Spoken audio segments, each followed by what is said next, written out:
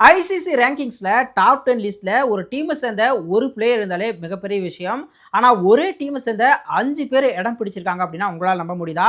இப்போது ICC test பவுலர்ஸ்க்கான ரேங்கிங்கை ICC வெளியிட்டிருக்காங்க. இதில் நம்பர் 1 பிளேஸில் பார்த்தோம் அப்படின்னா இந்தியாவை சேர்ந்த ஜஸ்பிரீத் பும்ரா இருக்கார். இந்தியாவில் டாப் 10க்குள்ளே இருக்கிற ஒரே பிளேயர் அவர் மட்டும்தான்.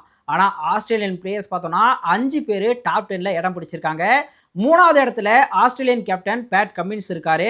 4வது இடத்துல ஜோஸ் ஏசல்வுட், 6வது இடத்துல ஸ்காட் போலண்ட், 8வது இடத்துல நேத்தன் லயன், 10வது இடத்துல மிச்சல் ஸ்டார்க். இப்படி டாப் 10ல் பார்த்தோன்னா 5 பிளேயர்ஸ் ஆஸ்திரேலியன்ஸ் தான் இருக்காங்க.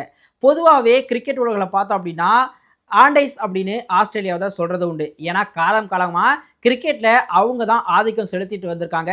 ஸோ அப்படி இருக்கும்போது இவங்களுடைய இந்த டெட்லி பவுலிங் லைனப் அப்படிங்கிறது வேறு லெவலில் இருக்குது. ஸோ அது இந்த ஐசிசி ரேங்கிங்ஸ்லையும் பிரதிபலிச்சிருக்கு. ஸோ இதை பற்றி நீங்கள் என்ன நினைக்கிறீங்க? உங்களோட கருத்துக்களை மறக்காமல் கமெண்ட்டில் சொல்லுங்கள்.